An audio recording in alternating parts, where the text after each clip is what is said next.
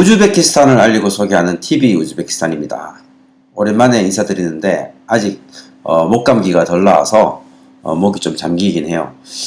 제가 최근에 라이브도 못하고 지난 한 주 동안은 영상 편집도 못하고 좀 게을러졌어요. 일도 좀 바쁘긴 했지만 얼굴이 좀 마른 것 같기도 하고요. 그죠?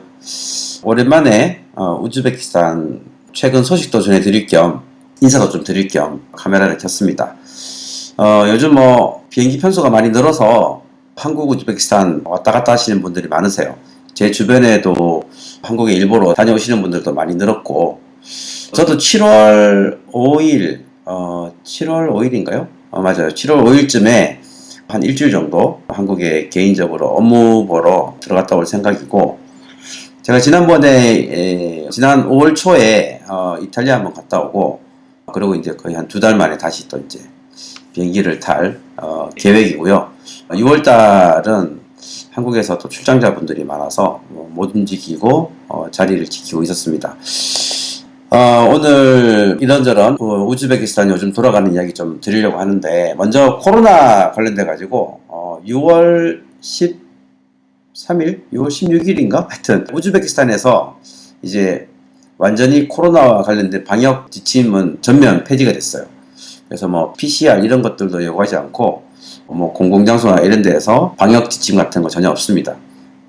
우즈베키스탄에 들어오실 때는 편하게 들어오시면 되고, 다만 이제 한국으로 들어갈 때 한국에서는 여전히 PCR 음성 확인서 그걸 또 요구를 하더라고요. 아니면은 그 신속 항원 테스트 그거를 가져가거나, 그 외에도 한국에 들어가서 또 보건소에서 3일 이내에 테스트를 받고 하는 게 있긴 하던데, 저도 아직 출국 전이라 정확하게 체크는 안 해봤고요. 우즈베키스탄에 최근에 AFC 아시아 풋볼 클럽인가요? 아시아 풋볼 AFC 이강인 선수가 포함된 언더 23 국가대표들이 와서 대회를 했었죠.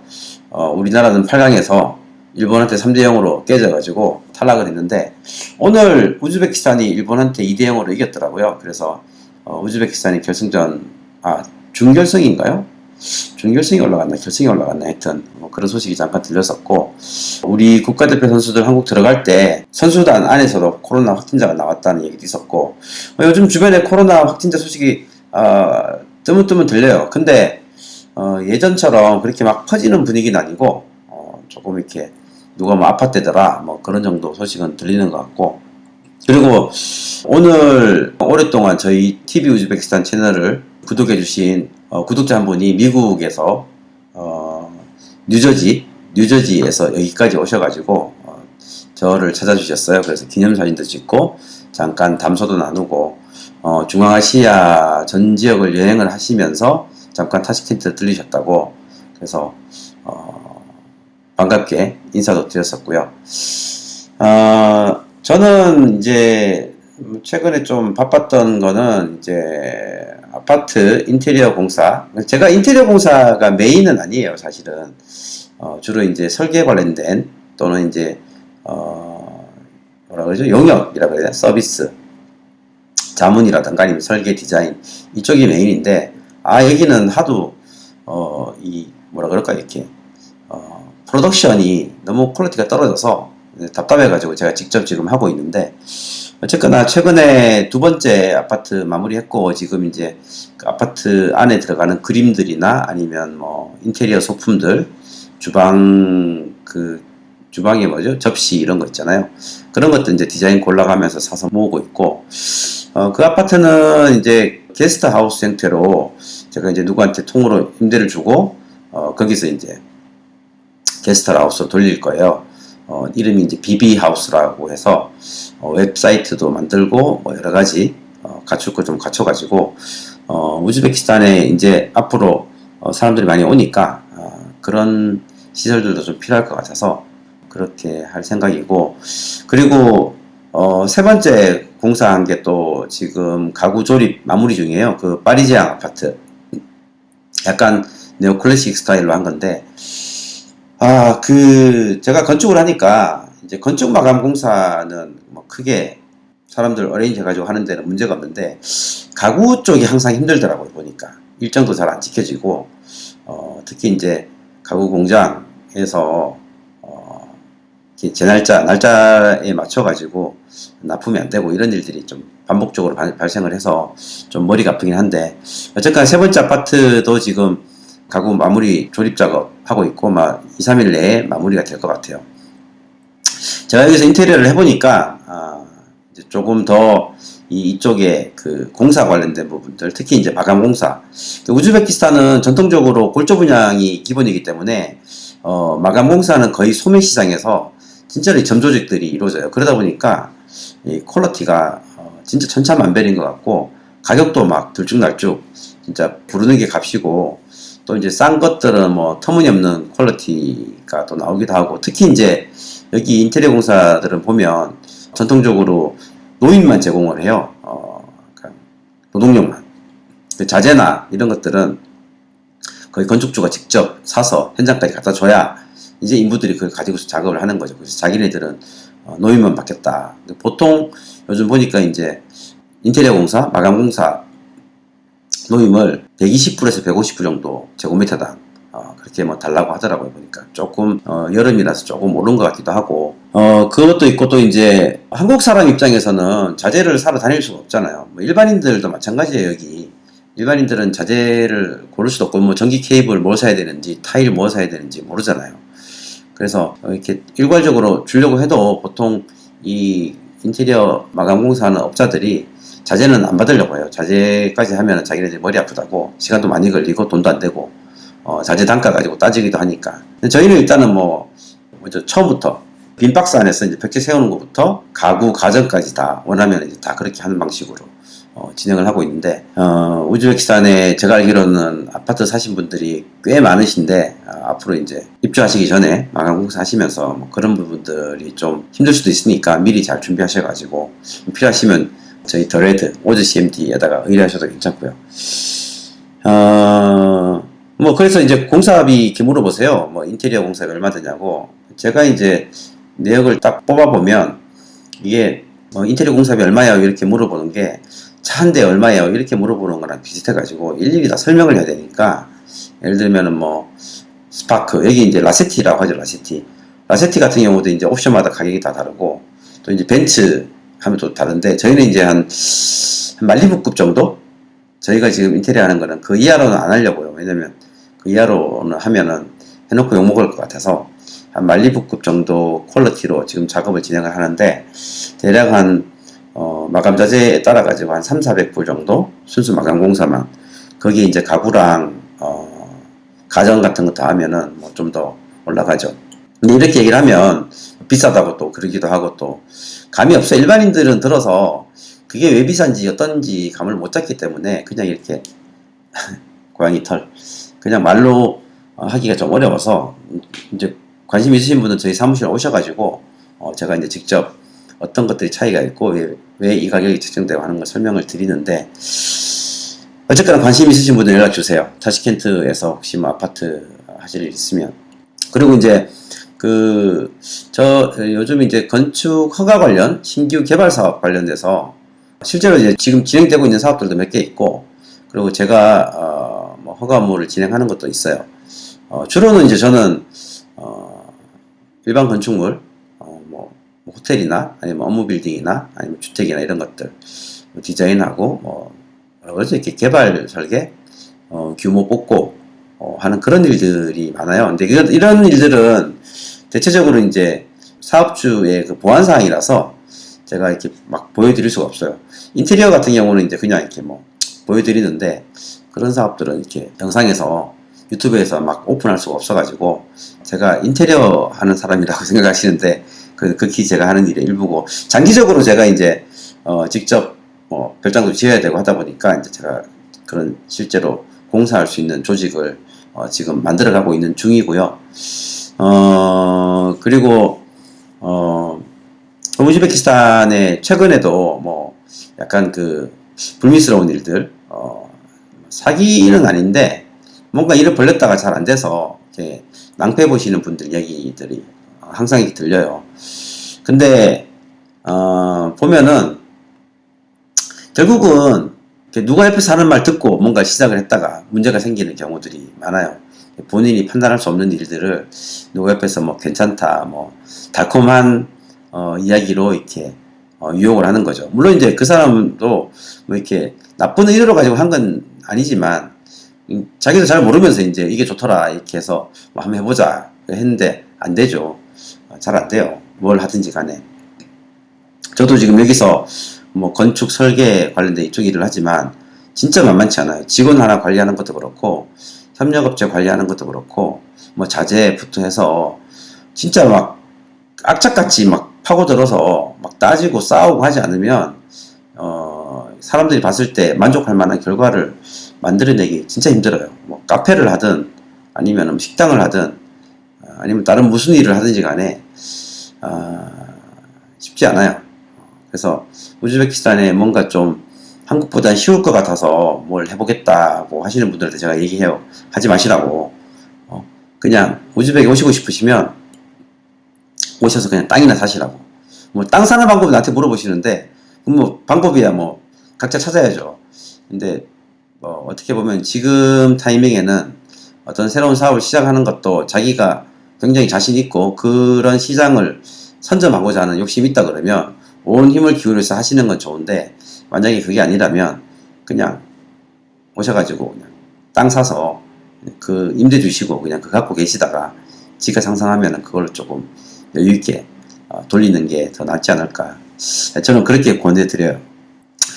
우즈베키스탄 요즘 뭐 소식들 좀 얘기를 하면 굉장히 이제 건전하고 발전적인 소식들 위주로 신문에서 나오니까 첫 번째 제가 하나 드리고 싶은 말씀은 현재 타시켄트에서 가장 큰 한국 기업 투자 프로젝트가 민간 사업 중에서는 이제 보미건설, 보미 파이낸스 센터가 가장 커요. 공식적으로는 이제 5천만 불 최소 투자 금액 그걸로 이제 우즈베키스탄 정부와 협약이 체결돼 있고 실제로 투입될 금액은 뭐 어림잡아서 한 1억 불, 우리나라 돈 한 1,000억 정도 될 거야, 아마. 여러 가지, 지금까지 뭐 코로나 사태도 있고, 또는 이제 시장의 불확실성, 뭐 그런 것들 때문에 보미건설이 자체적으로 프로젝트를 천천히 이제 진행을 하고 있었는데, 최근에 이제 뭐 인허가나 이런 것들 진행하고 있는 것 같아요. 장비들도 많이 들어가 있고. 근데 많은 분들이 물어보세요. 보미건설 땅 팔았냐? 보미건설 뭐 어떻게 됐냐? 뭐 철수했다는데 어쩌고 저쩌고. 그 다 낭설이에요. 다 낭설. 이게 어떻게 그런 얘기들이 퍼지는지 모르겠는데 제가 2019년도에 이제 보미건설 이 우즈베키스탄 보미 파이낸스 센터에 어쨌까지 제가 책임자로 있었잖아요. 저는 이제 그 과정에서 쭉 내용을 보고 있으니까 그때는 어떤 이유 때문에 뭐 사업을 바로 시작을 안 했는지 또 현재는 어떤 문제라기보다는 어떤 의도로 그렇게 진행하고 있는지 뭐 다 보고 있으니까. 근데 그거를 뭐 교민일보에다가 뭐 공고를 한다거나 이런 것도 아니고 하다 보니까 어떻게 보면 이제 사업상 기밀이죠. 이렇게 뭐 공개를 안 하니까 사람들이 이렇게 이야기를 막 만들어내요. 땅을 팔았다는 둥, 뭐 중국 애들이 거기다가 건물을 짓는다는 둥 막 하는데 여기는 그런 어줍지 않은 얘기들이 너무 많이 돌아다녀요. 그러니까 하여튼 옆에서 누가 뭐가 어떻다더라 하면 일단은 저는 그래 이렇게 믿지 마세요.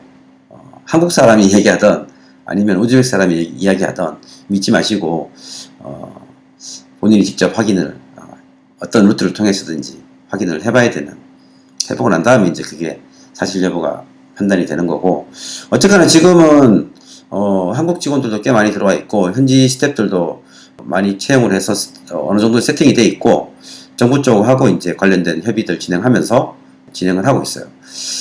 아마 내년 말이나 내후년 초면은 기본적인 이제 골조나 외장까지 다 끝날 것으로 저도 이제 알고 있고 그거 말고도 이제 뭐 그 한우 비즈니스 센터인가요?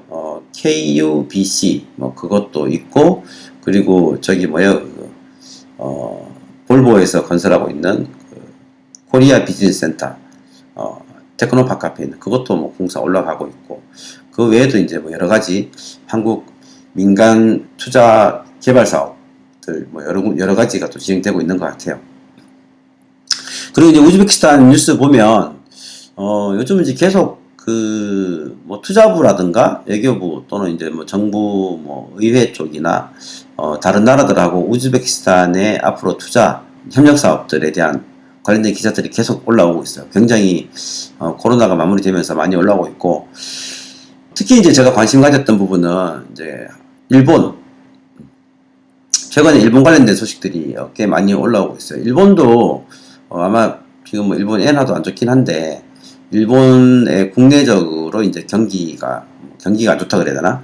경제가 이렇게 뭔가 막다른 골목에 부딪혔다고 할까요? 그런 돌파구를 찾기 위해서 뭐 여러 가지 방법을 찾고 있겠죠. 그동안에 이제 동남아 쪽에 많이 힘을 썼던 걸로 알고 있는데, 최근에 우즈베키스탄에 훨씬 더 많은 관심을 기울이는 것 같아요. 특히 이제 민간 투자 사절단도 여러 차례 왔다 가고 한 것들도 보면, 어쨌거나 우즈베키스탄에 관심들이 많아요. 개방 개혁을 시작을 하고 코로나 때문에 잠시 중단됐다가 다시 이제 또 속도를 내려고 하는 그런 단계라서 굉장히 저도 기대가 크고요.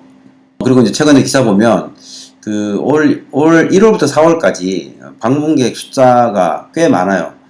제가 얼핏 숫자가 정확하게 기억은 안 나는데 100 몇십만인가 이렇게 되는데, 대충 이렇게 연간으로 계산을 해보면 올해 한 300만 정도 외국인 관광객이 들어오지 않을까.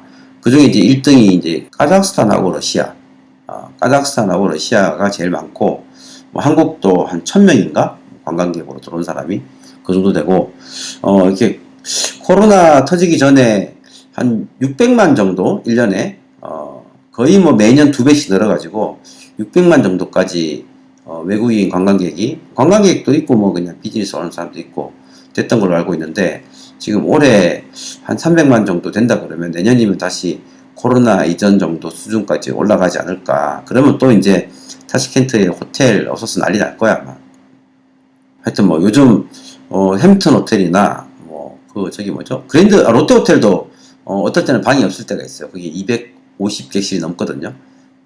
하여튼 뭐 그런 정도로 되고 있고, 또 하나 이제 러시아 우크라이나 전쟁이라고 하는데 저는 자꾸 이제 러시아 전쟁이라고, 러시아 우크라이나 전쟁이 막 초기 시작했을 때는 굉장히 우즈베키스탄 장기 경제 전망이 먹구름을 보였었는데, 지금 한 100일 정도 지나고 오히려 이제 그 전보다 더 좋아진 전화위복이 된 그런 상황이에요.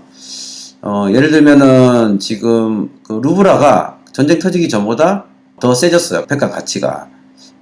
덩달아서 이제 우즈베키스탄 쏨도 더 세져가지고, 전쟁 초반에는 1달러에 11,500쏨까지 떨어졌었거든요.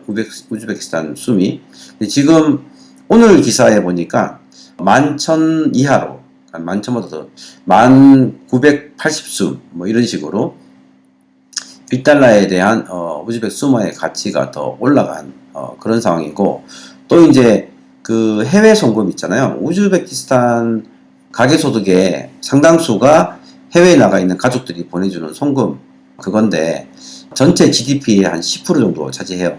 우즈베키스탄이 보통 연간 총생산이 600억 불, 700억 불 정도 그 사이 왔다 갔다 하는데, 이 해외에서 보내준 돈이 보통 5, 60억 불 정도 됐었거든요. 근데 올해 4월까지 해외에서 우즈베키스탄으로 송금한 송금액을 연간으로 이렇게 대충 계산해 보면 GDP의 10%가 넘을 것 같아요. 같은 비율로 증가한다 그러면 거의 역대 최고의 해외 송금액이 우즈베키스탄으로 들어올 걸로 예상을 하고, 그 돈은 이제 현금이니까 은행으로 안 들어가고 이제 뭐 차를 사거나 아니면 아파트를 사거나 뭐 주로 이제 그쪽으로, 아니면 결혼식 하는 데 쓰거나 먹고 쓰고 없애버리거나. 먹고 쓰고 없애는 데는 또 한계가 있으니까, 금액이 한도가 있으니까 대부분 이제 부동산으로 가지 않을까. 그래서 지금도 계속 신규 아파트에 대한 개발 계획들이 발표가 돼요. 최근에는 이 프리미엄급 아파트에 대한 신규 개발, 신규 분양권은 별로 없는데, 그 바로 밑에 소위 말하는 뭐 비즈니스 클래스나 아니면 컴포트 클래스 한 1000불 전후로 되는 그런 아파트, 뭐 세르겔리도 그렇고 아니면 여기 노바모스콥스카야 뭐 그쪽에 아주 대규모 단지로 골든하우스에서 새로운 개발 사업들 또 발표하고 뭐 그런 것들 아마 돈들이 들어가지 않을까 그런 생각을 해봅니다. 어쨌거나 뭐 우즈베키스탄의 아파트 뭐 작년 재작년에 뭐 그런 말 하시는 분들이 계셨잖아요. 뭐 과잉 공급이다 뭐 이렇게 말씀하셨었는데 지금 대부분 이제 프리미엄급 아파트들은 다 팔렸어요. 도심지에 있는 것들은 상당수 팔렸고 변두리에 지어지고 있는 그 밑에 컴포트 한 7, 800불 정도 수준에 분양하는 아파트들도 굉장히 잘 팔리고 있어요. 지금 당장 입주를 하지 않는다 하더라도 사람들이 이제 그쪽으로 돈을 묻어 놓으니까 거의 뭐 그렇게 또 팔리니까 또 그 돈 가지고 또 짓고 또 짓고 또 짓고 하는 것 같고 뭐 저번에 한번 제가 얼핏 말씀을 드렸는데 지금 우즈베키스탄에 1년에 공급되어야 될 아파트가 최소 한 14만 세대 정도가 공급이 돼야 되는데 지금 공급되는 거는 5만 세대도 안 되고 있어요. 그 중에 상당수가 이제 정부에서 짓는 이코노미 클래스, 진짜 성냥갑처럼 생긴 그런 아파트들이고, 타시켄트처럼 좀 이렇게, 수도에 좀 중산층들이 살만한 아파트들 공급은 여전히 많이 부족해요. 하여튼 뭐 그런 것들, 잘못된 그 일반인들이 하는 이야기들이 있는데, 제가 통계 자료나 이런 데이터들을 보면, 아직 우즈베키스탄의 아파트들, 물론 이제 프리미엄급도 있어야 되고, 뭐, 중간급도 있어야 되고, 그리고 이제 보급형, 서민형 아파트도 있어야 되는데, 여전히, 굉장히 많이 부족하다. 그런 상태고요. 그리고 이제, 이달 말인가 7월 초에, 한 우즈베키스탄 경제협의회에서 이렇게 투자단을 이렇게 전 세계를 빌려가지고, 한 비행기에 실어서 우즈베키스탄으로, 온대요. 그걸 뭐, 뭐라 그러죠, 그거를? 뭐, 정확하게 제가 뭐 몇 개 회사가 오는지 모르겠지만, 한 비행기를 꽉 채워서 전 세계를 띄워가지고, 7월 초에, 우즈베키스탄에 들어와서, 한 4, 5일 정도, 이제, 뭐, 우즈베키스탄에 뭐 투자할 만건이 있는지, 정부들하고 이제, 투자 포럼 같은 것도 하고 그러나 봐요. 아마 제가 듣기로 2017년, 2018년도에도 그런 게 있었다고 하는데 저는 그때 우즈베키스탄 없어가지고 잘 모르고 어쨌거나 그만큼 우즈베키스탄이 한국에도 우리나라 기업인들한테도 투자 매력이 좀 있는 그런 곳이다라는 거를 반증하는 게 아닌가 싶고 오셔서 건물도 많이 짓고 저희한테 일도 많이 주시고 그러면 좋겠고 그 외에도 이제 그 EDCF 사업이나 뭐 ODA 사업 또 뭐 그런 그 외에 뭐 정부 기관들하고 뭐 교통 분야, 보건 분야, 교육 분야, 그리고 행정 분야 뭐 등등 농업 분야 등등 해서 굉장히 많은 그 양국 간의 정부 간 G2G 사업들이 진행이 되고 있거나 이미 이제 협약이 체결돼서 곧 시작을 하거나 아니면 또 내년 사업도 준비하고 하는 것들이 굉장히 많이 있어요. 그 중에 이제 주로 저는 이제 건설과 관련된 그런 것들은 제가 또 일부 참여를 해서 작게나마 그런 사업에 기여도 하고 있고 그런 게 좀 이거는 제가 다 공개를 할 수가 없어요. 이게 아주 보통 이제 저희 발주처나 이쪽에서 사업상 보안각서를 쓴 내용들이기 때문에 공개를 할 수는 없고 또 하나 이제 최근에 좀 재밌다기보다는 이제 이야기가 솔솔 나오는 게 차기 정권 벌써 이제 임기 첫 해인데 다음 대통령 임기는 누가 할 거냐 그런 이야기들 벌써부터 고민하기 시작했어요. 제가 까리모프 정권 때도 2008년도 2009년도 제가 그때 왔을 때도 벌써 이제 까리모프 다음은 누구냐 막 그런 고민들 왜냐면 이 정권이 바뀔 때가 어떻게 보면 위기거든요. 그래서 한 4, 5년 후에 이 나라의 정치적인 안정성이 확보가 될 수 있느냐라는 게 사업하는 사람 입장에서는 지금 투자를 할 거냐 말 거냐에 또 판단하는 중요한 기준이 되기도 하니까 그래서 현재로서는 차기 정권을 이어받을 만한 딱히 누군가 안 떠올라요. 뭐 사위 이야기도 있고 뭐 딸 이야기도 있고 한데 그거는 그냥 낭설인 것 같고 그리고 이제 워낙에 현 대통령의 파워가 막강하니까 그 쉽게 2인자가 이렇게 수면 위로 올라오지가 또 않아요. 또 얘기가 보니까. 근데 이제 저도 이제 주변에 이제 얘기 좀 들어보면 지금 우즈베키스탄 같은 경우는 헌법상의 대통령이 연임 5년 임기에 연임까지 가능한 걸로 그렇게 돼 있거든요. 그러니까 지금 미즈예프 대통령이 현재 굉장히 열심히 일하고 잘하고 있지만 다음 임기는 안 돼요, 헌법상에서. 그래서 무조건 내려와야 되고 저기 푸틴처럼 꼭두가시라면 쉬었다가 다시 돌아올 수 있는지도 모르겠지만 어쨌거나 그런 방식은 굉장히 리스크가 크죠. 특히 이제 서방에서 그런 식으로 해가지고는 지원을 못 받아요. 월드뱅크나 뭐 유로개발은행이나 뭐 이런 쪽 있잖아요. 거기서 우즈베키스탄에 돈을 빌려주거나 또는 이렇게 지원을 해줄 때 그 민주주의 또는 뭐 인권 이런 것들의 개선 사항들을 다 평가를 해가지고 해주기 때문에 섣불리 이렇게 판단하기가 어려운 부분인데, 최근에 한 2, 3주 전부터 이 개헌 관련된 얘기들이 솔솔 나오고 있어요. 기사가 2, 3일에 한 번씩 우리 한타가 2, 3일에 한 번씩 개헌 관련된 기사들이 올라오는데, 얼마 전에 그 카자흐스탄에서 최근에 이제 개헌 국민투표가 찬성률 70 몇 %인가 해서 이제 무사히 통과됐다고. 거기는 이제 그 상황의 권한을 이렇게 없애고 뭐 인권을 향상시키고 뭐 대통령 선거 관련된 거는 바뀐 게 없고 뭐 그런 부분들을 개헌을 했어요.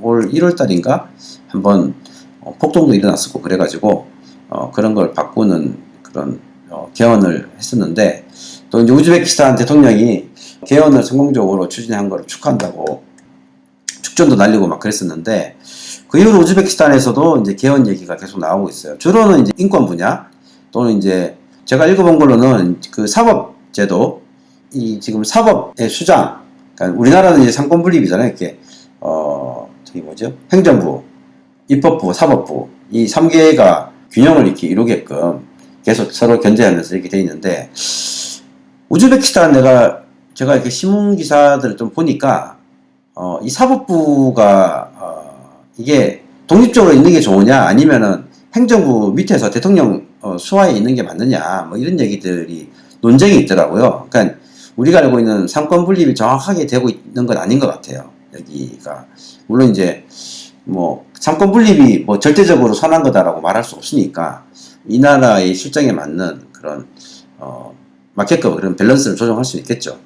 어쨌거나 지금 사법부를 완전히 행정부로부터 독립을 시키는 게 맞느냐 아니냐 이런 논쟁도 좀 있고, 뭐 그런 것들이 결국은 이제 그 헌법 안에 이제 내용이 들어가야 되니까 뭐 그런 관련된 것도 있고, 그다음에 이제 뭐 재판 뭐 이렇게 삼심 제도에 대한 개인의 인권을 더 확대 보장할 수 있는 그런 얘기들도 좀 있고.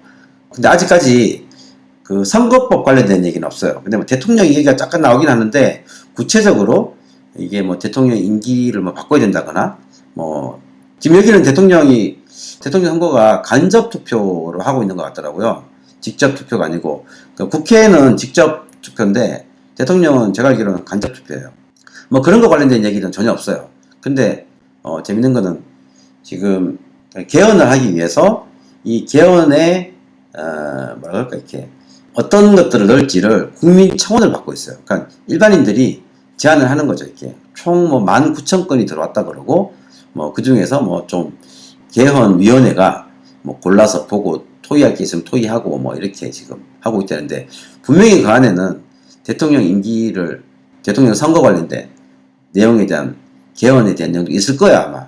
근데 아직 그거를 오픈을 섣불리 못하고 있는 것 같고, 여러 가지 눈치도 보고 이제 제 생각에는 어느 순간에 살짝 한번 던져보고 반응이 안 좋으면 쏙 집어넣고, 그러니까 대통령 임기를 예를 들어서 뭐 한 번 더 할 수 있도록 법을 바꾸면서 한 번 더 할 수 있도록 한다거나, 아니면 뭐 어떻게 바꾸겠죠. 뭐 한번 던져보고 분위기 좋으면 이제 확 집어넣어가지고 뭐 다른 거하고 묻어가지고 이제 갈 수도 있고. 내놨는데 이제 뭐 저기 해외에서도 반응이 안 좋고 국내에서도 반응이 안 좋으면 하려고 한 거 아니다, 그냥 그런 안이 있었다 뭐 이런 정도라고 쓱 없애버릴 수도 있고. 어쨌거나 지금 개헌 관련된 이슈가 굉장히 좀 핫한 부분인 것 같고, 또 하나 이제 그 며칠 전 어제 그제부터 그 신부 뒤통수 치기, 그게 우리나라에서 굉장히 뉴스가 많이 나왔어요. 그 뭐라 그러지, 그 유튜브 이렇게 보면 우즈베키스탄 치면 뭐 제 것도 잘 안 나와요. 이렇게 검색을 해봐도 근데 그런 거 있죠. 신부 뒤통수, 결혼식장에서 신부의 뒤통수를 아주 심하게 가격을 하더라고요. 그런 거 나오면 그냥 사람들이 어마어마하게 봐요. 그래서 내가 이제 저도 이제 오늘 우즈베키스탄 뉴스에도 떴어요. 한국에서 먼저 뉴스에 떴고, 그게 아마 누가 뭐 페이스북인가 올렸는데, SNS에도 올렸는데, 그걸 한국에서 먼저 기사화했고, 우즈베키에서도 오늘 가제타 우즈나 이런 데서 그게 나오더라고요. 이렇게 보니까 이제 신랑 신부가 뭐 게임을 하다가 신랑이 그 게임에 졌어요. 신부가 이기고. 그랬더니 이제 뭐 그 다음 어떻게 되는지 모르겠어요. 하여튼 그래서 그거 가지고서 이제 또 싸잡아가지고 또 우즈베키스탄 남자들이 다 저렇다 또 이렇게 하여튼 너무 좀 그렇게 얘기를 하니까 사실은 우리나라 또 보면은 말도 안 되는 일들이 많거든요. 근데 그게 이제 영상에 딱 찍히니까 예를 들면 뭐 선생님이 학생들을 무차별 뭐 폭행을 한다거나 또 반대로 학생이 선생님을 뭐 무차별 폭행을 한다거나 뭐 그런 것들을 찍어서 이렇게 한번 SNS에 올리면 다 그런 줄 아니까 그거 아닌데 뭐 최근에 우즈베키스탄의 그 영상이 좀 이슈화가 돼가지고 한국에서 그 영상 관련된 뉴스들도 많이 나오고 우즈베키스탄 검색하면 TV 우즈베키스탄은 잘 안 나오고 그런 게 좀 많이 나오고 그래요. 그리고 뭐 이제 연관 영상으로 또 다른 그 우즈베키스탄 결혼식에서 신부가 신랑한테 이제 뭐 입에다가 뭐 사탕 뭐 케이크 같은 걸 넣어주려고 하다가 이렇게 해서 뺐더니 그냥 바로 싸대기를 그냥 막 때리고 막 글쎄요 우즈베키스탄을 뭐 이렇게 뭐 얼마 전에 뭐 축구장에서도 돌 던지고 막 그랬다면서요. 제가 기억해 보면은 제가 90년대에 야구장에 제가 가면 삼성 라이온즈가 이렇게 심하게 밀리고 그러면 물병 이렇게 뚜껑 닫아가지고 그 마운드까지 막 집어 던지고 막 옛날에 그랬어요 우리나라에. 불과 한 20년 전에. 우즈베키스탄은 그런 뭐 사회적인 에티켓 같은 것들이 아직 우리나라만큼은 높지는 않죠. 얼마 전에 그전가 대통령이 한번 이제 한마디 했어요. 자기가 운전대를 잡고 가족들이랑 같이 시내를 한 바퀴 돌았대요. 1시간 반 동안. 그 한 얘기가 무법천지라고. 대통령이 직접 자가 운전하고 가고 있는데 차가 옆에서 막 끼어들어서 지나가고 막 그랬다고 이렇게 한마디 했어요. 아마 그것 때문에 아마 교통단속도 좀 심해지지 않을까. 뭐 그런 또 생각도 들고. 아직까지는 이제 전반적으로 뭐 각 분야에서 이런 공공적인 에티켓 같은 것들이 아직 한국보다는 많이 떨어져요. 근데 뭐 그거는 거쳐가는 과정일 거라고 생각을 하고, 뭐 대통령 미르지예프 대통령 굉장히 열심히 일을 하고 있는데, 최근에 이제 그 지하철역 또 연장하는 거, 순환선 있잖아요. 울류과자르에서 세르겔리까지 6개 역, 아마 2022년이니까 내년 말까지 그 지상에다가 이제 모노레일은 아니고 하여튼 뭐 지상에 철도 오버그라운드라고 하죠. 오버그라운드 6개 정거장 추가로 설치하는 건 내년 말까지. 그리고 이제 타시켄트에서 뭐 치르치 또는 이제 페르가나 주요 이제 그 타시켄트와 지방 도시들이 있는 그 도로들에 대한 확장 및 뭐 보수 계획 같은 것들도 발표를 했고, 그 대통령이 이제 건설부가 아니죠. 여기는 교통부 장관이 따로 있거든요. 교통부 장관한테 이제 최후 통첩, 너 일 똑바로 안 하면 너 뭐가지 날아갈 거야. 여태까지 왜 아무것도 안 하고 앉아 있냐. 그러면서 최후 통첩을 했어요. 그래서 아마 조금 그 도로, 그러니까 항공철도 그리고 이제 자동차 도로 관련돼 가지고 조금 더 속도가 붙지 않을까 그런 계산하는 사업에 그런 정도 이야기들이 있고, 벌써 이제 30분이 넘어서 지금 12시, 사실은 이제 제가 한숨 자고 12시에 깼어요. 깨서 샤워하고 카메라 좀 켜가지고 오랜만에 좀 횡설수설 우리 구독자, 오늘 미국에서 멀리서 구독자분들 오시고 그래가지고 구독자분들에게 너무 좀 소원했던 것도 있고, 저한테 이제 오셔가지고 저녁 식사 같이 하자고 아니면 점심 같이 하자고 이렇게 많이들 초대하시는데 제가 매번 좀 거절을 좀 해요. 제가 밖에서 저녁을 잘 안 먹고요. 그리고 점심시간에 일을 해요. 제가 낮에 가능하면은 회사 일에 할 일이 제가 많아요. 저희 회사가 저 포함해서 직원이 15, 16명인데 한국 사람은 저밖에 없어요. 한국말 할 줄 아는 사람도 저밖에 없고, 그래서 제가 레포트 같은 것들, 또 이제 뭐, 하여튼 뭐, 제가 할 일들이 좀 많아요. 할 일들이. 그래서 거의 점심시간 없이 그냥 저는 일을 해요. 그래서 점심 먹자 그러면 좀 이렇게 죄송합니다. 제가 사무실에 오셔서 한 30분 정도 커피 한잔 하고 가시면 안 되겠습니까? 제가 이렇게 말씀을 드리는데, 하여튼 뭐 요즘, 뭐 그렇게 일을 하고 있고, 그리고 또 뭐 제가 좀 드릴 말씀 있나? 우즈베키스탄 사는 거 어떠냐고 이렇게 물어보시면, 뭐 결혼은 안 하냐, 근데 저는 우즈베키스탄 사는 게 굉장히 괜찮아요. 특히 이제 날씨가 너무 좋아서. 요즘 살짝 덥긴 한데, 아침, 저녁으로는 그래도 선선하고, 그리고 전기값이 싸니까 에어컨 빵빵 틀어대서, 뭐 낮에 덥다는 느낌이나 뭐, 습하다거나 그런 것도 전혀 없고, 그리고, 7월 초에는 제가 한국에 일주일 정도 다녀오고, 7월 말에 또 한번 유럽을 다녀올 일이 있을 것 같아요. 저는 이제 건축을 하니까 여행 다니면서 건물들도 좀 보고 새로운 문물들도 좀 보고 업무상 출장 겸 여행 겸 이렇게 앞으로 꾸준하게 한두 달에 한 번씩은 좀 그런 거 좀 보러 다니면서 그렇게 지낼 거니까 뭐 그런 면에서 보면 우즈베키스탄이 굉장히 좋아요. 거기서 어떻게 사냐 뭐 이렇게 생각하시는 분들도 있을지 모르겠는데 저한테는 우즈베키스탄이 원 오브 더 베스트 플레이스 중에 하나. 하여튼 뭐 저희 TV 우즈베키스탄 최근에 라이브도 좀 못하고 뭐 하긴 했는데 어쨌거나 우즈베키스탄을 진짜로 좀 이렇게 약간 좀 퀄리티 있게 퀄리티 있는 좀 이렇게 약간 뭐라 그럴까 이렇게 좀 더 그 깊숙하게 들어가되 좀 괜찮은 부분들만 제가 또 따로 선별해 가지고 보여드리고 있으니까 앞으로도 TV 우즈베키스탄 많이 봐주시고요. 아직까지 구독 안 하신 분들은 구독 버튼도 꼭 좀 눌러주시고 주변에 홍보도 좀 많이 해주세요. 주변에 지금 구독자 수가 거의 한 7,500분 정도 가까이 되는데 원래 목표가 그래도 한 4자리 정도는 가야 되니까 좀 많이 좀 응원 좀 부탁드리겠습니다. 그럼 다음 영상에서도 뵙도록 하겠습니다.